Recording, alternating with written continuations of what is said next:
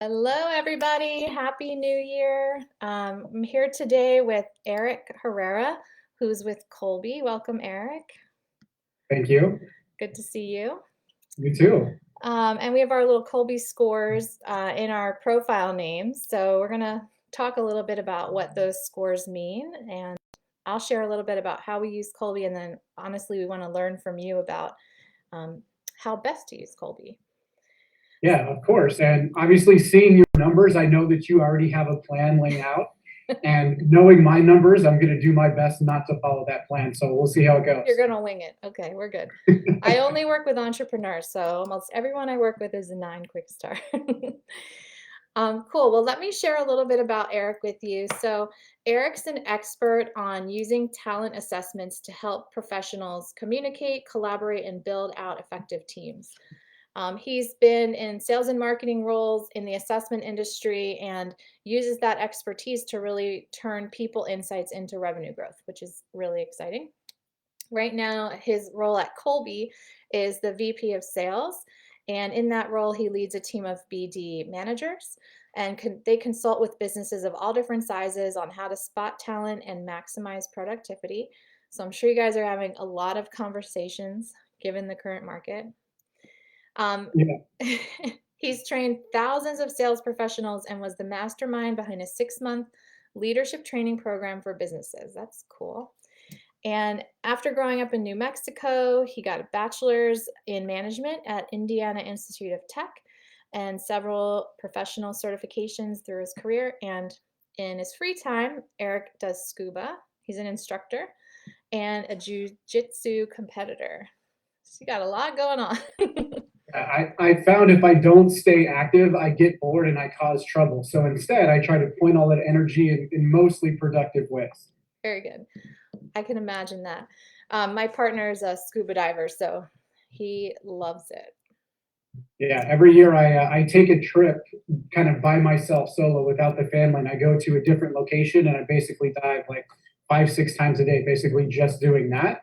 And then so that kind of gets my fix. And then it's actually kind of fun teaching people, especially like people that have never done it, because they start with their eyes this big and they're, kind of freaked out underwater. And by the end, like they feel that comfortable floating zone that you're supposed to get to. So it's kind of great seeing that transition. Yeah. So just fun fact, where's your favorite place you've ever dove? So it's two, and they're very different. So one is called Saba. It's this really tiny island in the middle of the Caribbean. It's basically like the top of a mountain that sticks out. Wow. And it has the world's shortest runway. So they actually kill the engines before you land. And your house is probably bigger than the whole airport.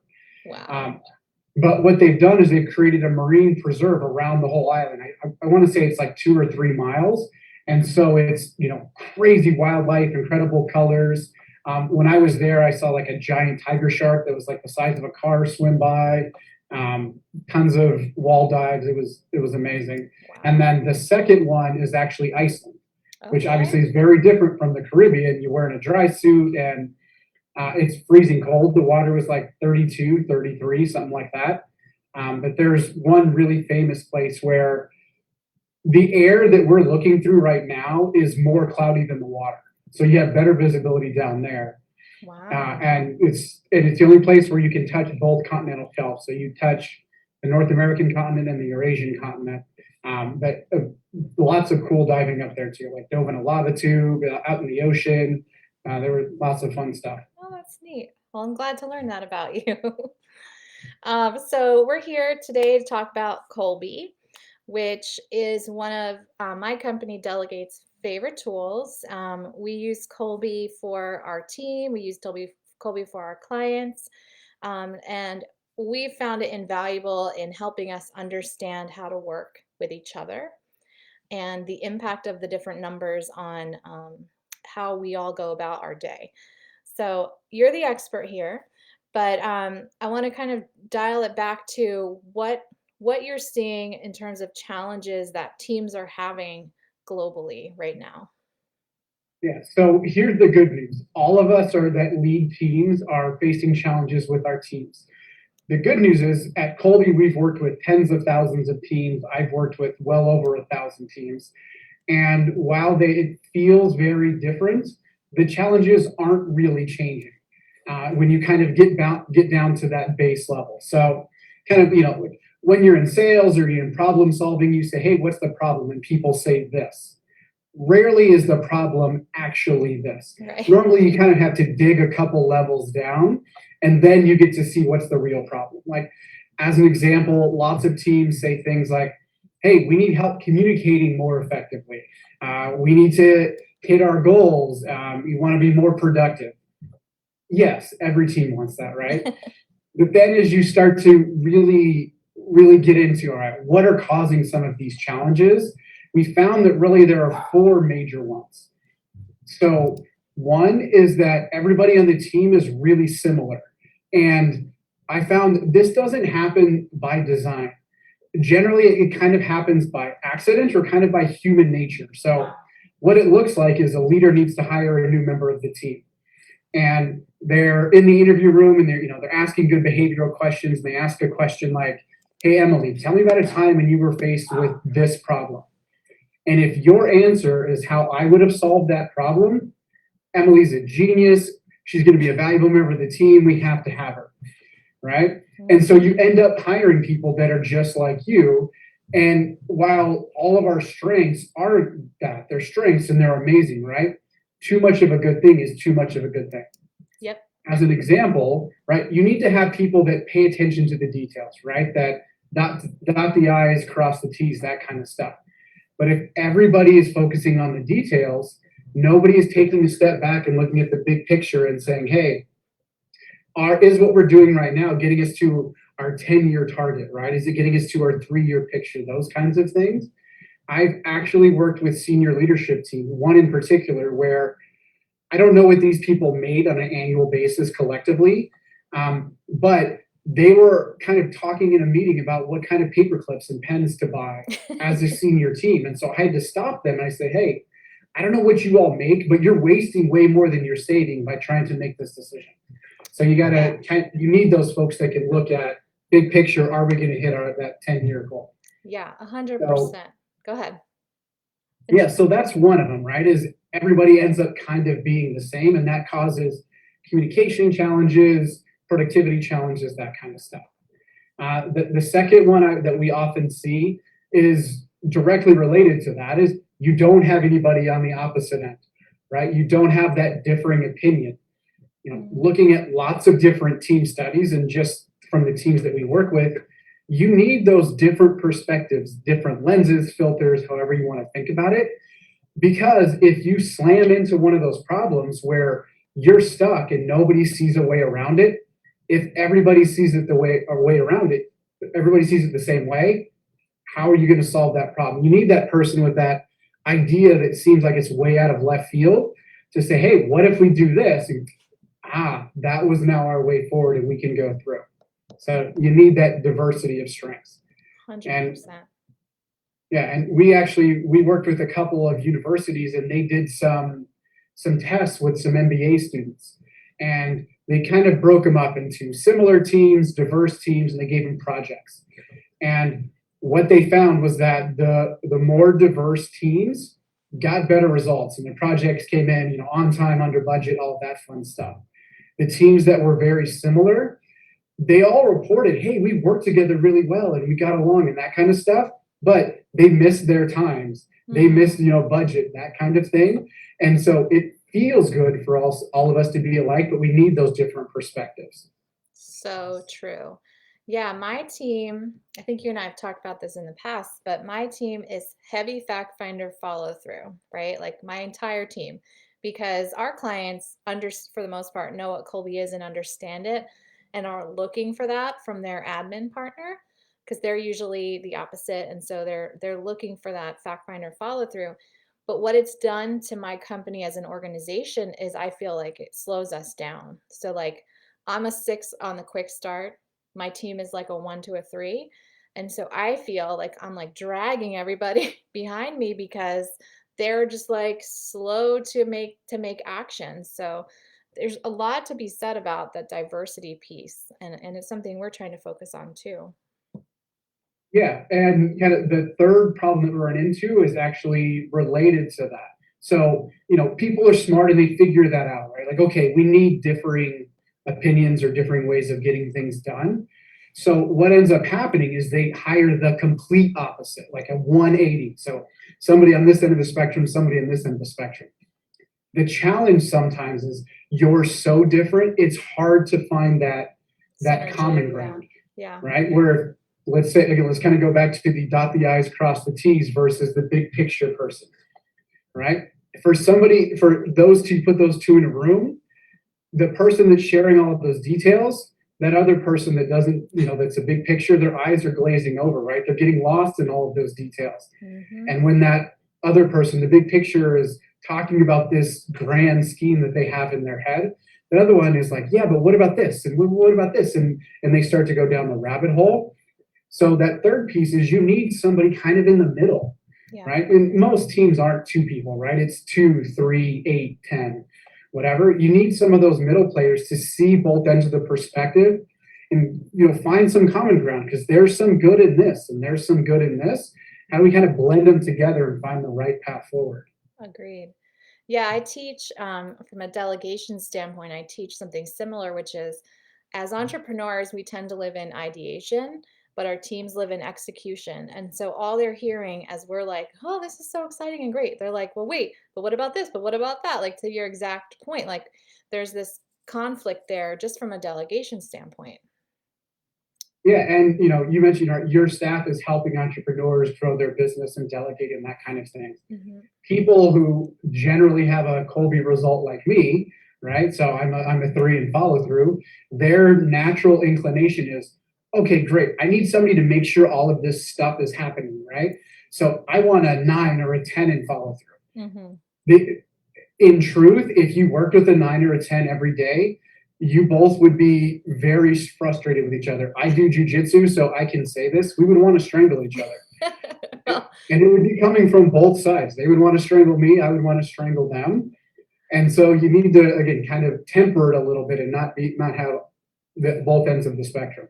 In my career of hiring and employing ad EAs, I've seen only 1 9 follow through. And she was working with a 10 quick start. So they're different categories, but they worked together a long time. But I think there was a lot of understanding that needed to happen. But Colby, I think, illuminates what that all means in a really special way. Yeah, and it can speed up that onboarding process and not make it as painful. Because right, are our assessments any smarter than people who have worked together for 10 or 15 years? No, but when you need to hire and bring somebody on, you're not going to know them for 10 or 15 years. And so you got to figure out right now, how do I work most effectively with them? Well, let's take a step back. Can you just explain to our listeners what Colby is and what do you guys measure?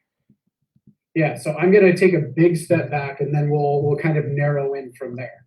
So most of us have taken some kind of personnel or personality test or assessment, right?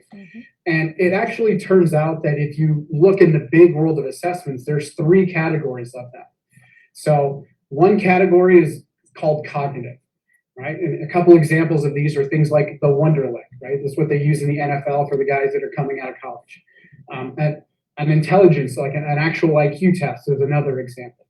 Even something as simple as a typing skills, how many words per minute do you type?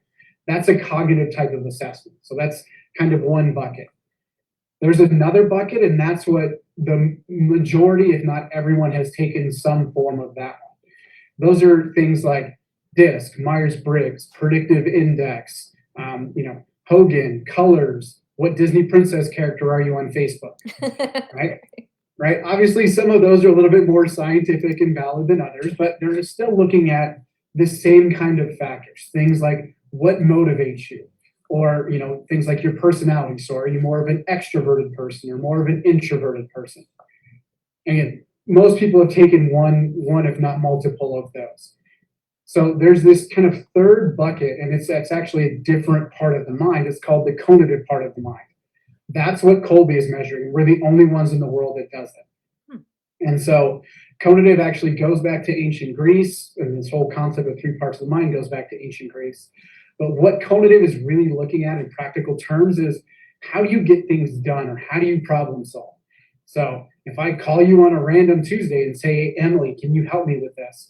If I know your 4 numbers, I can predict how you're going to help me, how you're going to go about solving that problem. And so that's what we measure. And then we've obviously been talking about the 4 numbers. We've been talking about, quick start or follow through or that kind of stuff. So quick story, our founder, Kathy Colby, her dad is the guy that founded the Wonderlic. So back in World War II, she was actually helping her dad hand score Wonderlicks during World War II to help with the war effort.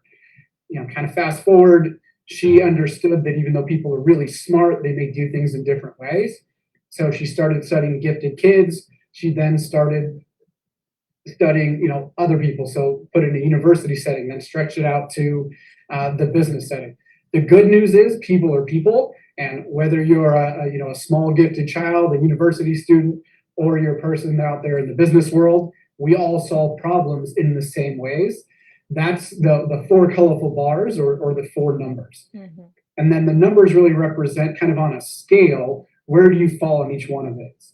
And one of the things that I really love is whether you're a 10 or a 1, it's not that one is better than the other. We're just simply trying to figure out in this continuum, where do you land? Because a 1 is just as good of a strength as a 9 or a 10. Right. It's more about the understanding of what the numbers represent and mean, and how you work together, how we think about it. Exactly. And so the way that we found out, what Kathy discovered is we all solve problems in 4 ways. Fact Finder is all about gathering, sharing information. Some of us gather a lot and we share a lot. We really dig into those details. Some of us don't need very much. Follow through is all about creating systems and processes. Some of us build them. Some of us adapt and change them. Quick start is all about dealing with risk and uncertainty. Some folks like myself, I run towards risk and uncertainty, and that's where I do my best work. Some folks push back and they see some of the downsides with whatever that new thing is. And the last one, implementer, is all about the physical world, space and tangible. So think of the mouse that's in my hand, a surgeon's scalpel, a screwdriver, those kinds of things. Some folks need to physically build, construct, put things together. Other folks can see things in their mind, they can conceptualize. Mm-hmm. And so your 4 numbers kind of, for each one of those, kind of show where you fall on that scale. And then based on that, now I can make some predictions about how you're going to go about solving these problems. Yeah. So beautiful explanation. And the test is, how many minutes does it take? So it's not timed. It takes the average person somewhere between 10 and 20 minutes to complete. 10 and 20 minutes. Kolbe A is usually where we start, right? To understand ourselves. Yes. You can share that with your support partner, your leadership team. I mean, I would suggest Kolbeing your entire company, because it gives you such understanding of different people. But as a leader, how do you use Kolbe to build a productive team? So we've all been on airplanes, and y'all, when the flight attendants come on, they say, if the masks pop out, put your mask on first, then help somebody else. It's the same kind of concept. So as a leader, you need to understand yourself first, right? What are my strengths? What am I really good at? What do I love doing? Mm-hmm. And here's the thing that we found. We've done Colby with millions of people. I've worked with tens of thousands of people. All of us are amazing at something. None of us are amazing at everything. And that's okay. Nobody is designed to be amazing at everything. And so you need to figure out first, okay, where do I need some help? Something else you also need to identify is, all right, what's the job that needs to get done? If I'm a VP of sales, okay, I know that my salespeople need to go sell stuff, right? If I'm a VP of finance, well, okay, my accounting folks need to go account for stuff, right? And make sure that everything balances out at the end of the month and we're not spending all of our cash in those kinds of things. Yeah. But you really need to identify, okay, how does that job need to get done? And then go and find people that can naturally do that. If you just get to show up for work all day and just be you, do things the way that you would naturally do it, you're going to be way more productive. You're going to be way more successful. You're going to be way less stressed out than if I try to tell you, all right, Emily, you have to do it the way that I do it. You're a capable person. You're smart. You can probably pull it off for a little while.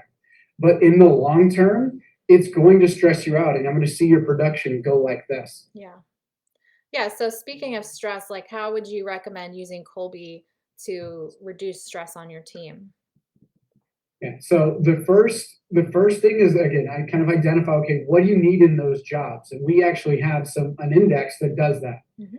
It's called the Colby C, but it basically says, okay, for the position of account manager, AP clerk, whatever, right? Here's what I need that role to be done. Then you put people in that position that their strengths naturally line up with that, right? That's going to reduce some of that stress. And then for us as leaders, it's trying to figure out, okay, what things do I need to get off my plate so I can, highest and best use of my talents. And so it's all about effectively delegating, right? That's getting into your world. And something I know is effective delegation is not the crap that I don't want to do. I just push off on somebody else, right? Small To portion. effectively delegate, well, a little bit of it, maybe, right? But really, it's also giving it to somebody where that is their, sweet spot, their unique ability. They're amazing at that kind of stuff. Yeah. I'm not amazing at that. So if we can get them doing the stuff that they're amazing at, I'm doing the stuff that I'm amazing at. Now we're reducing everyone overall their stress level because they can just be them. Mhm. And so it's almost like production, productivity, whatever you want to call it, can't help but continue to rise. I love it because I teach the same in delegation. It's like if you have more people doing more work they love because they're able to delegate the things they're not good at and they don't enjoy, that's a retention strategy for our staff, to really have people in a good frame of mind around what they're spending their time on each day. Yeah, and right with the great resignation and some of the challenges that folks are having in hiring, you need to retain your existing staff, especially the really, really good ones. Giving them stuff that stresses them out is the wrong thing to do. Instead, let's grow them professionally. Let's give them stuff that's going to push them and help them increase skills and experience. But let's also make sure it aligns with their talents. That's how we keep them. And then if you promote that, hey, this is the kind of business we are, we do this stuff, you'll have better luck in the job searches. We're all trying to find more talent. Love it. We're speaking the same language for sure. So, is there anything interesting that you guys are working on at Colby that we should know about? So there are lots of things. Some I wish I could tell you about, but I can't, kind of let the cat out of the bag yet. But honestly, a lot of what we're doing is working on our systems and our processes. So I know you work with a lot of folks in the EOS world, right? Mhm. And taking a look at some of those core processes, we're really starting to dial those in because we're in a growth phase. Yeah. And what we found as we were bringing folks in is our processes weren't as refined as we thought. And so what we're really trying to do is build a better environment for our existing staff and for those that are going to be joining our team shortly so that all of us can continue to thrive. So, I have a resource for you, by the way. I can share it with you after our chat today, but I have someone whose business just does that. If you guys need Yeah. that sort of Yeah, that would resource. be amazing. Thank you. And then where do people go to continue the conversation, I guess, with you, with your team? What's the best way to get in touch? Yeah, so the best way is just to go to Kolbe.com. Then from there, obviously there's lots of things that we can help with. If you need help with just communication, there's absolutely a section on that. There are obviously an online form if you want us to reach back out to you. You need help with your team, you need help in hiring. We help with all of those things. And often when we start talking about, individual assessments of who I am, a natural question is, does this work with my spouse? Does this work with my kids? The short answer is yes. And so we have solutions for that as well. But Kolbe.com is the best resource. And you guys have a conference too, right? We do, yeah. So every about the end of October in Phoenix, and if you've never been to Phoenix in October, here's what I can tell you. It'll be about 70, 75 degrees, not a cloud in the sky. So it's a great place to Wow. be. if you want to come. But it's called KolbeCon, and I believe this year it's, now my training team's going to kill me. I want to say it's around the 25th, somewhere in that neighborhood of October. Awesome. Well, thank you so much. I mean, we love Colby. We have for many, many years. So it's great to be able to share about your guys' great work and how people can use this in real life. Anything else you want to add before we close? No, I just want to, say thank you for having me on, and, all of the good work that you do. As we kind of alluded to as we were talking, we speak the same language about effective delegation and helping people kind of live in their strengths or unique abilities. And so anytime you find others that are doing that, you're like, yes, I'm not the only one. Other people are doing this too. 100%. Well, Happy New Year to the team at Colby, and thanks again for joining us today. Yeah, thanks, Emily.